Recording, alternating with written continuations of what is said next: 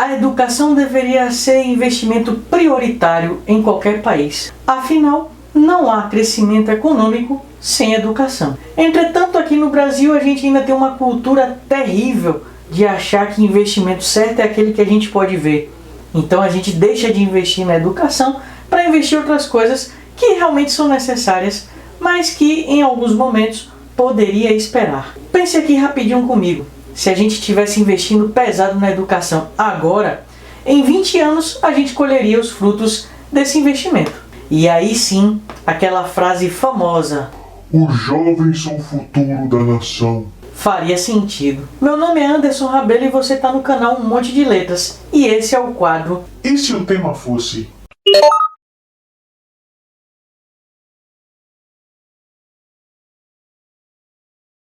E se o tema fosse a importância da educação no Brasil? O que será que você teria para escrever? Alguma tese formulada aí? É importante você ter uma tese em mente. Afinal, toda a sua argumentação vai se basear nesta informação, nesta afirmação. E se eu fosse você, um conselho, eu defenderia o investimento prioritário na educação como uma tese. Se a gente for fazer uma comparação com outros países, um que chama atenção e que destaca-se aqui é a Coreia do Sul. Por que a Coreia do Sul? Há alguns anos atrás, esse país ficava atrás do Brasil no índice de desenvolvimento humano e no crescimento do seu PIB. Eles resolveram então fazer um investimento pesado na educação. E em 20 anos, esse país cresceu absurdamente e hoje é o 15º país com maior desenvolvimento financeiro do mundo. E parar para pensar que o Brasil já foi a 6ª maior economia do mundo, hein? Lá na Coreia do Sul, 98% dos coreanos entre 25 e 34 anos têm pelo menos o ensino médio completo. Ou seja, imagine quanto deve ser a taxa de analfabetismo nesse país, não é?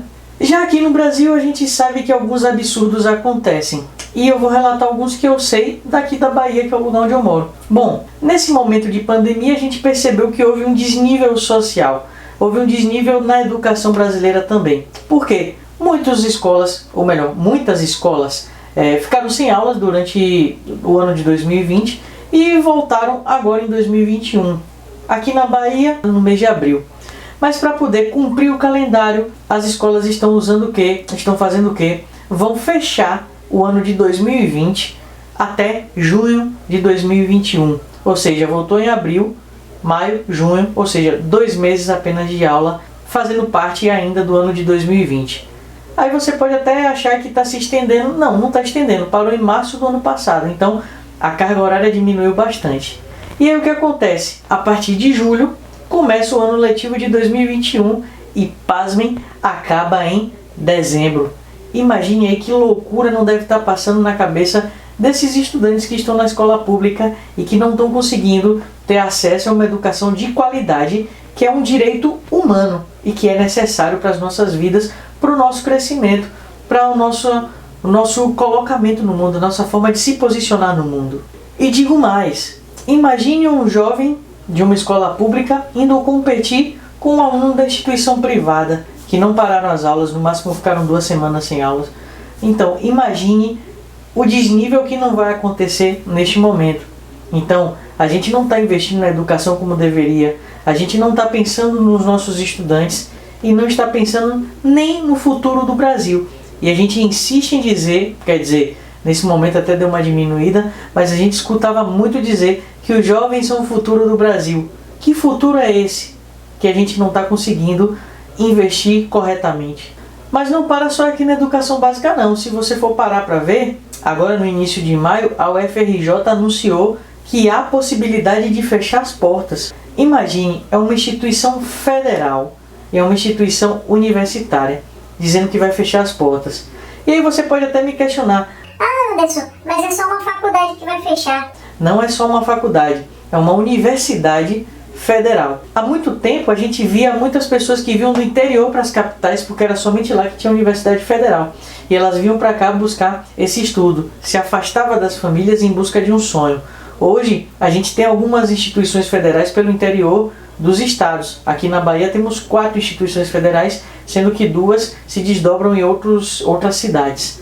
Mas além de ser a busca de um sonho, a porta de entrada de um sonho, ela também é importante para aqueles que fazem faculdades particulares. Eu sei, você está se perguntando aí. Como assim, Anderson? Vou lhe explicar.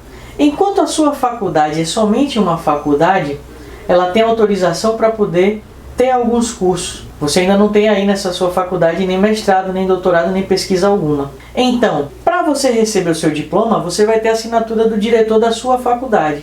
Mas enquanto ela não se tornar um centro universitário, ela precisa da chancela de uma universidade federal. No caso aqui da Bahia, de Salvador especificamente, a UFBA. No caso lá do Rio de Janeiro, tem a UFRJ. Eu sei que existe a Universidade Federal Fluminense, mas o fechamento de uma universidade é algo gravíssimo para ser observado. Além de ser observado, a gente também precisa lutar para que essas portas não se fechem, nem portas de escola alguma. E só para citar alguns dados, a Fundação Getúlio Vargas, FGV, afirma em suas pesquisas que alguém que tem uma pós-graduação tem 422% mais chances de conseguir um emprego do que aquele que é analfabeto. Da mesma forma, o seu salário também é muito maior. Além disso, você promove também um aumento na economia. Por quê? Porque você descentraliza, tira da mão daquele que concentra o dinheiro e deixa isso mais equitativo, mais equilibrado. Por isso que é importante investir na educação. E por isso tem gente que não quer que isso aconteça. E indo um pouco na contramão daquilo que Raul Seixas afirma, né, de que a ignorância é uma mãe, há quem diga, ou melhor, estudos comprovam que quanto mais educação você tem, mais feliz você é. Até porque você escolhe aquilo que você quer fazer. Você tem essa possibilidade. Diferente de quem não tem estudo. Infelizmente vai ter que trabalhar com aquilo que talvez ele não tenha sonhado para a vida dele. E também, diga lá comigo, você com dinheiro no bolso aí, tá sofrendo? Pega e faz uma viagem. É melhor sofrer em Paris do que sofrer aqui no Brasil com tanto problema que a gente tem visto, não é mesmo? Bom, argumentos a gente já tem vários aqui que vocês viram. Mas e aí? Quem é que eu posso citar? Quais são os principais pensadores da educação?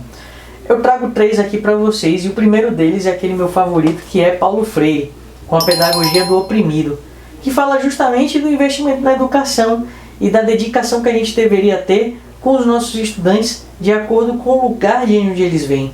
Então, você traz o ensinamento para ele, compartilha com ele, lógico, não só traz, também recebe algum aprendizado, e a partir da vivência dessa pessoa, você constrói o aprendizado e dá a possibilidade dele ascender, dele sair de lugar de oprimido, entender quem ele é na sociedade e seguir sua vida, seguir seu rumo e quem sabe até entrar na luta, né?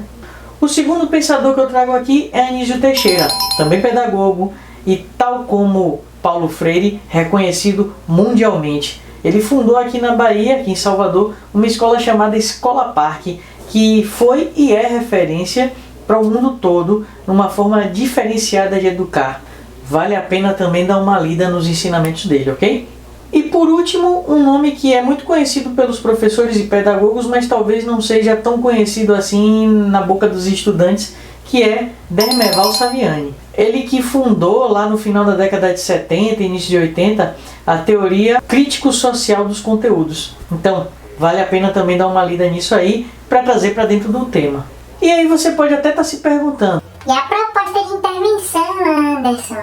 Bom, essa eu vou deixar com você, mas eu vou lhe propor algumas perguntas. Você com certeza fez alguma crítica no texto. A minha crítica aqui foi o nosso posicionamento passivo em relação à forma como o dinheiro é investido no país. Então, o que eu poderia fazer para resolver esse problema? Esse problema que eu lancei na minha temática, no meu texto, eu preciso resolver. Então, de acordo com aquilo que você está escrevendo, qual o problema que você lançou dentro do seu texto? Como você deve fazer para resolver esse problema? E aí vem aquelas perguntas que a gente já conhece. O que deve ser feito? Por quem? De que forma isso vai ser feito? Detalha um pouco mais essas informações e quais os impactos que isso vai causar na sociedade. Beleza? E aí, gostaram do vídeo de hoje? Eu espero que sim. E se gostaram, não esquece de deixar o seu joinha aí embaixo. Falei igual um velho chamando de joinha, mas deixe seu like aí embaixo E não se esqueça de se inscrever se você for novo nesse canal. Aproveite para inscrever, essas temáticas não vão ficar aqui não só para poder a gente conversar um pouco sobre o tema, mas também para que você possa escrever e deixar aí para poder eu dar uma analisada, beleza? Siga a gente também nas redes sociais. Um abraço para você e tchau!